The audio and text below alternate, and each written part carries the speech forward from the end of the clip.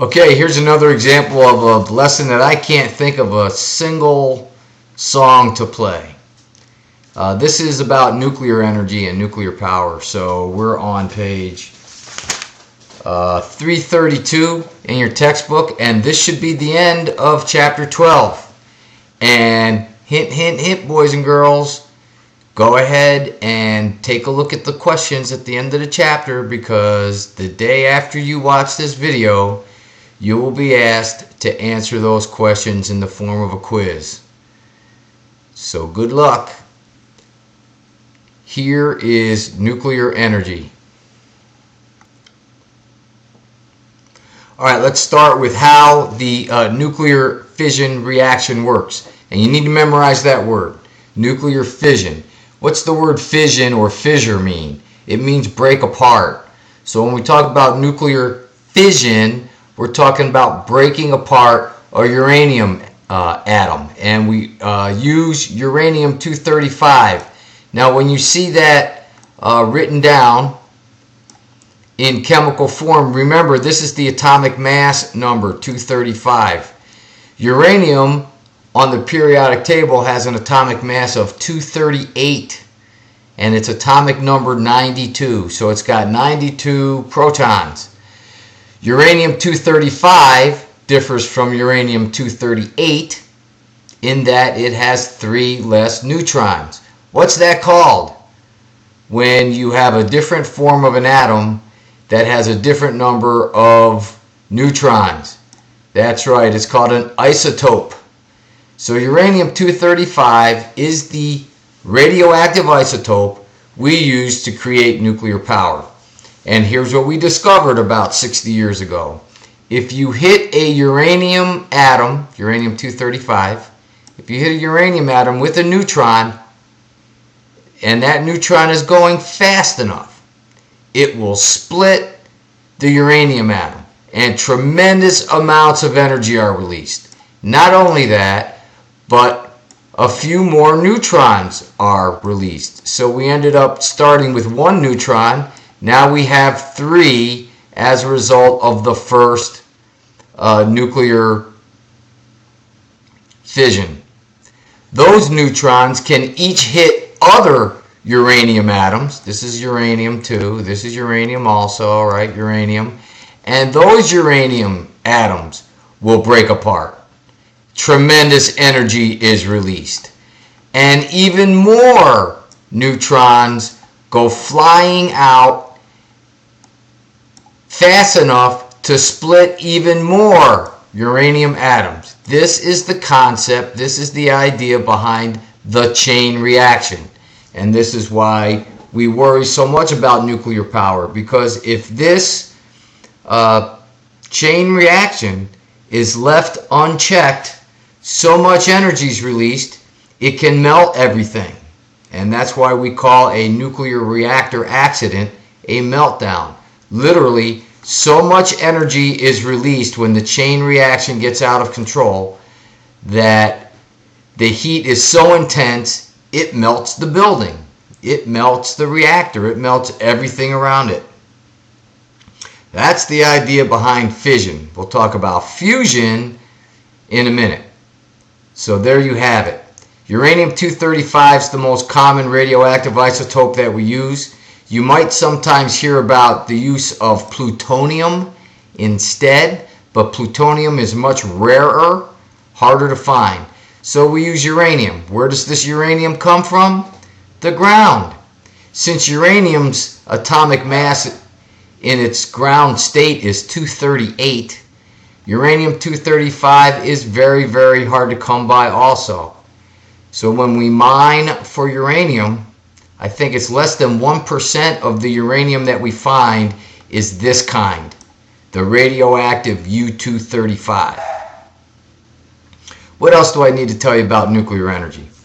It is expensive to build one of those power plants. Extremely expensive. 10 times more than a coal-burning power plant. Now, most of the electricity that's made in nuclear energy has the same setup as a coal-burning power plant, except, of course, the reactor core. the place where this nuclear fission reaction occurs has to be built very specially.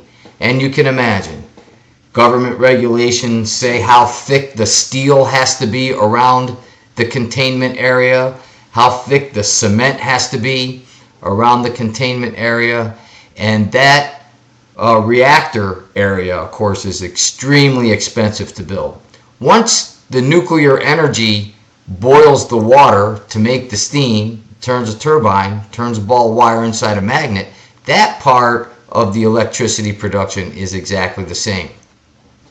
However, because this is nuclear reaction, we've got to have very, very expensive building to house that. In addition, you can imagine how much higher the education has to be of all of the people that work in a nuclear power plant versus a coal burning power plant. There's no worries about, there's no threats to the people that live around the area. There's no threats to health when you work in a regular old coal burning power plant. But when you work in a nuclear power plant, all sorts of special training is involved. So that's another reason why it's very expensive. The reactor core itself operates on these two things, fuel rods and control rods. And here's the best way for you to remember. By the way, you notice my cough is gone? Yay! Fuel rods contain these pellets of uranium. And I've got to tell you, a pellet about the size of a milk-bone dog biscuit produces as much heat as a train full of coal. So that gives you an idea of how much more energy, how much more heat you get from U-235 than you do from coal. So anyway, they fill up these metal rods with the uranium pellets and then start the nuclear fusion process happening. And here's how they control this chain reaction so it doesn't get out of hand. They use something called control rods. These control rods are specially designed to absorb the neutrons. So when at a power plant they want to slow down the nuclear reactor, they put the control rods into the reactor and it absorbs a bunch of the neutrons, which makes the chain reaction slow down. Now in this case, we absorb these 3 neutrons. These 6 are still available to continue the reaction, but you can tell that I've decreased the reaction by 1/3 by taking these out. So that's what control rods do. This is my diagram of how all that works, and you can see once again, pretty much shows you what I was just saying. Here is the radioactive water. This is the actual reactor chamber where the nuclear reaction occurs. And all the rest of this is heat exchangers, the steam generator part of the deal. And remember how important the control rods are. When we've had accidents, either Chernobyl or our almost accident at 3 Mile Island, it was because the operators were not paying enough attention to the control rods. They're the secret to control the speed of the fission so that the heat doesn't become too intense. I think this diagram's in your book. Make sure you take a good look at it so that you know how it works. In the book it tells us that there are 104 nuclear power plants in the U.S. It's the same number as there's been over the last 2 decades or so. And it's a little bit of a worry for us because they're getting old, probably past their useful lifespan. So we need to be very careful to ensure that there's proper maintenance and upkeep on these buildings. It should not surprise you to see that most of the nuclear power plants are in the Northeast United States because that's where most of the people have lived the last 50 years or so. So that's where they need a lot of electricity. We have our closest nuclear power plant is at Crystal River. And I've checked with them to see if we could do a site visit, but since 9/11, they don't really they don't give tours anymore. Other areas where there's lots of nuclear, you can see here the power plants that are necessary to feed Chicago and the Midwest United States, and here in the Southeast between North Carolina and South Carolina. The reason we haven't had a new nuclear power plant open is one of it's, worried about public opinion and the fear of an accident. And then there's been a lot of bad press about what should we do with the nuclear waste. Right now, the nuclear waste is stored in special casks at the power plant. They usually bury it under the power plant. One other thing to talk about here in this diagram, you can see this reference here to Yucca Mountain. Yucca Mountain is a place that was chosen to store all of our nuclear waste here in the United States. And I think in the book somewhere here it talks about, it was in 1978, and it was a big political football where this thing was going to be. Have you ever heard the phrase or the term NIMBY? NIMBY means not in my backyard. Nobody, no state wanted to have the nuclear waste depository in their town or in their state. No way, no how. Well, Congress got together, and after much wrangling, of course we're going to pick some place out here in the West because there's not a lot of people that live out here. Maybe we should have been thinking more about even less densely populated states like Montana or North Dakota, South Dakota. Anyway, they ended up choosing Yucca Mountain, Nevada. And I've got to tell you, billions of dollars have been spent to develop Yucca Mountain. I have a video to show you in class about Yucca Mountain. But here's what you need to know. It's been abandoned. The whole project was dropped around the time when the senator from Nevada became the Senate Majority Leader, Harry Reid.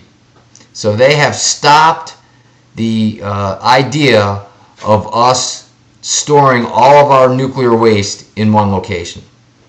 There's pros and cons to this. You can imagine that some of the pros of storing it here is it's one place and only one place, so we don't have to worry about any problems, any of these other places around America to store all the nuclear waste. Also, it could be super safe. We could do everything at one location and ensure that it's 100% protected.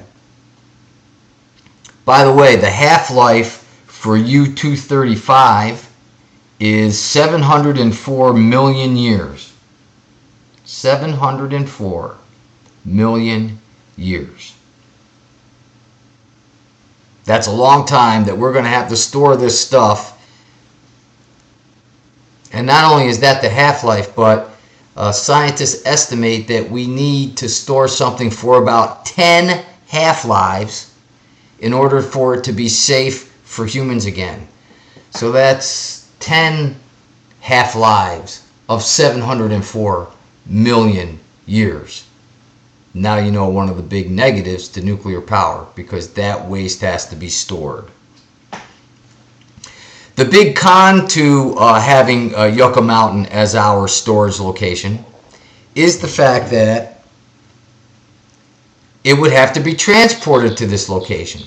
And this is not where the nuclear power plants are. The nuclear power plants are all over here.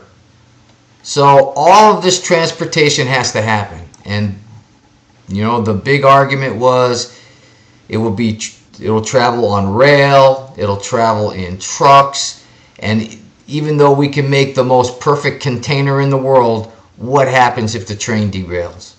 Does any of that nuclear waste spill?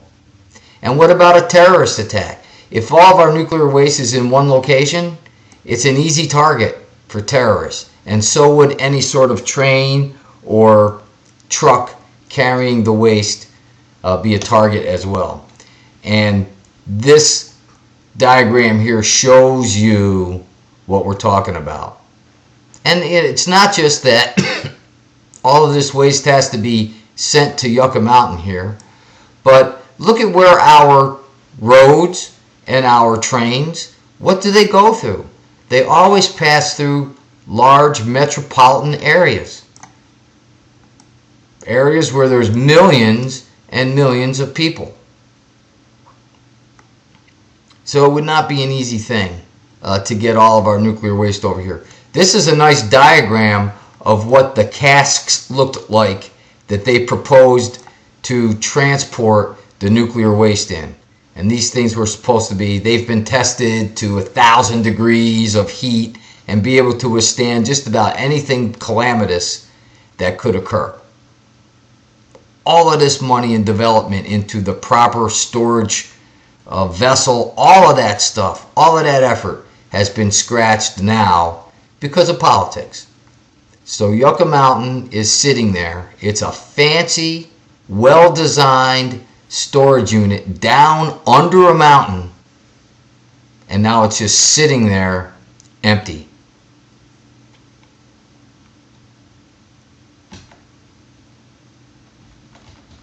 All right, a couple other things to talk about. What do we do with the waste? Well, this is showing you a diagram of what a storage above the ground storage unit might look like. But I'm sorry, this is below the ground, my bad. See, here's the grass on top here. So this is a below the ground storage feature. And of course, this has to be guarded 24/7. Well-trained personnel are going to have to guard these places. So that's kind of a big deal. All right, let's distinguish between low-level and high-level waste.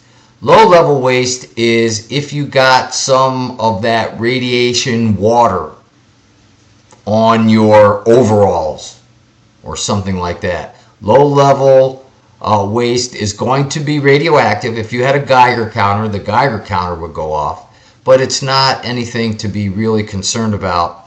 You could just wash it off your hands. And that's the thing with nuclear power. I think I mentioned that to you before. You know, radiation washes off. In fact, to decontaminate someone that's been exposed to radiation, we wash them off. We put them in a shower. Now, we have to capture all that water. It can't just go down the drain and go into a river or a stream somewhere. But that water will wash the nuclear particles off of a person. High-level waste is much more serious. This is the actual spent fuel rods that have to be stored for, 704 million years plus. Most of the time, our nuclear waste is buried underground, and all of these other things have been talked about and explored, and it's craziness. But it's all possible. We could shoot this stuff up into space, get it out of our atmosphere, and shoot it up into space where, because of the vastness of space, it would just disappear. It would still be there. There is no way. But because of the vastness of space, that would be harmless. We've talked about burying it in ice sheets in the Antarctic, since there's nobody that lives there. We've talked about going to a subduction zones in the ocean. You familiar with what a subduction zone is? Let's see how well you remember. Think about it. Subduction zone. It's a place where one land mass is folding under the other one. So it's a fault line. Transform fault. Talked about burying it in sea mud. And something that, of course, would be a fantastic breakthrough if we could ever get there is to find a way to make it not radioactive anymore. Convert it into something harmless. Great idea. Experimentation is being done in this area, but we have not figured out a way to do that yet.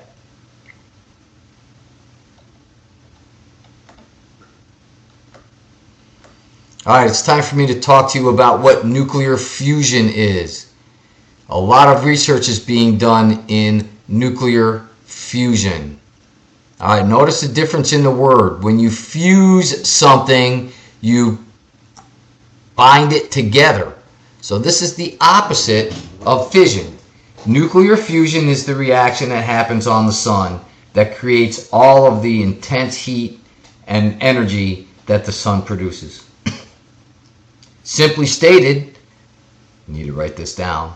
Simply stated, nuclear fusion is when two hydrogen atoms are pushed together at very, very high speeds, and that speed is so great that it causes those two single protons to fuse together. What element do you have when you have two protons? It's called helium. So two hydrogen atoms become one helium atom. Giant amounts of heat are released when nuclear fusion happens. And this is what happens on the sun. Here's the problem. It takes so much heat to make those two hydrogens fuse together to form a helium that we cannot replicate that heat on planet Earth. There's nothing that we've created, no nuclear reaction, no nothing. Nothing that we've created can form the 1 million degrees Celsius that's required to get two hydrogens to fuse together and form a helium. So that leads us to another term that you often hear. It's called cold fusion. That's where our experimentation is. That's where our research is right now. We are trying to do something called cold fusion. We're trying to get two hydrogens to form that helium, release tremendous amounts of energy, way more than a fission reaction.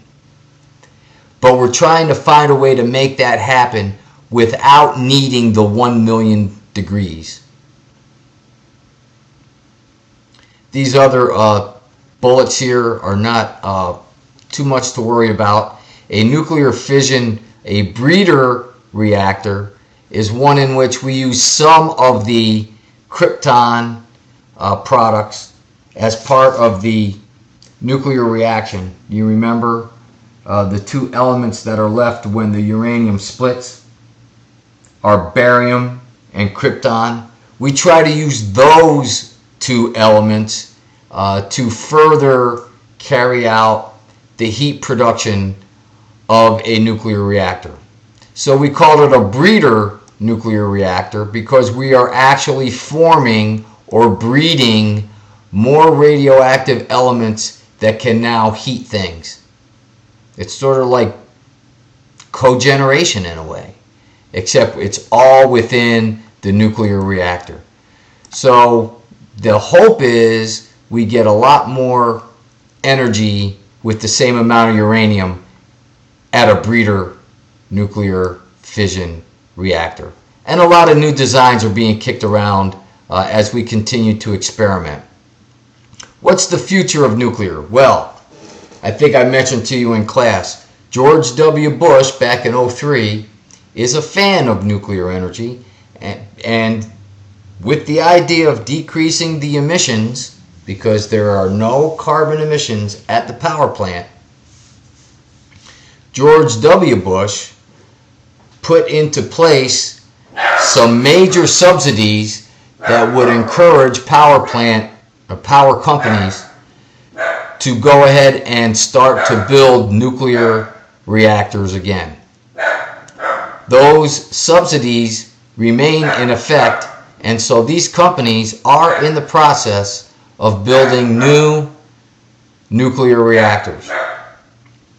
So in the next 10 to 20 years, we can expect to see some new nuclear power plants come online.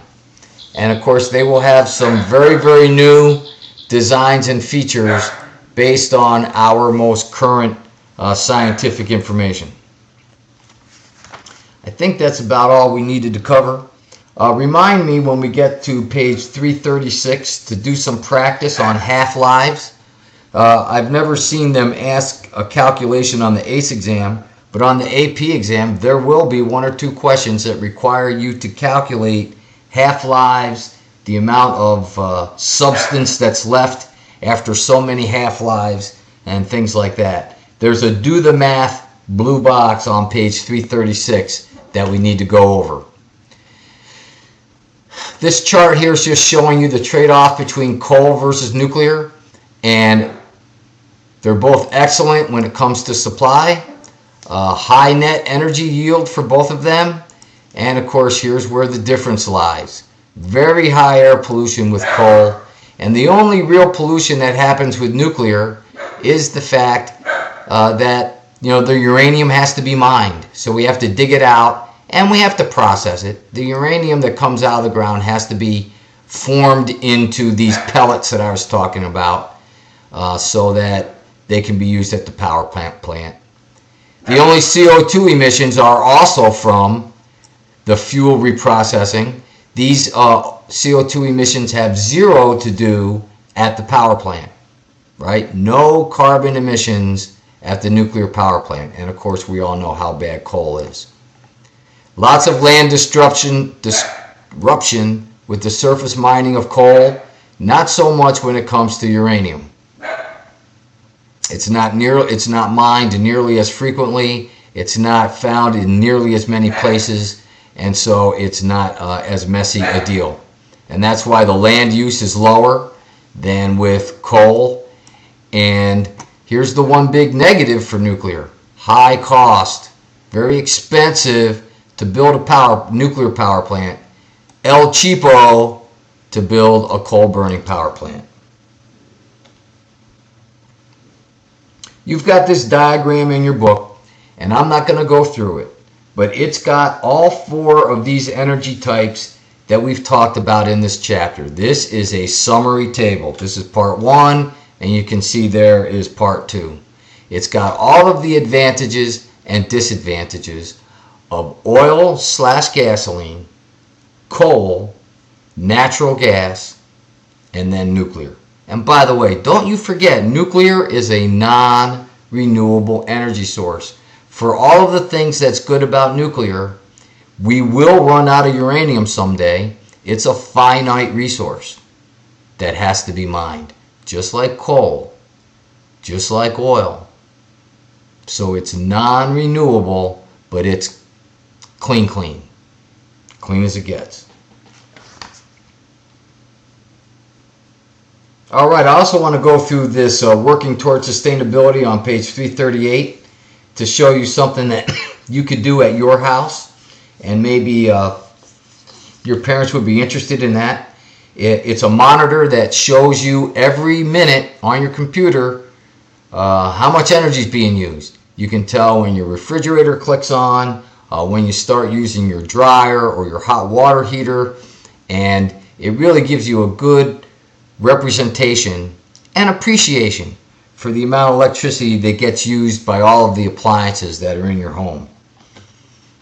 It's called a TED.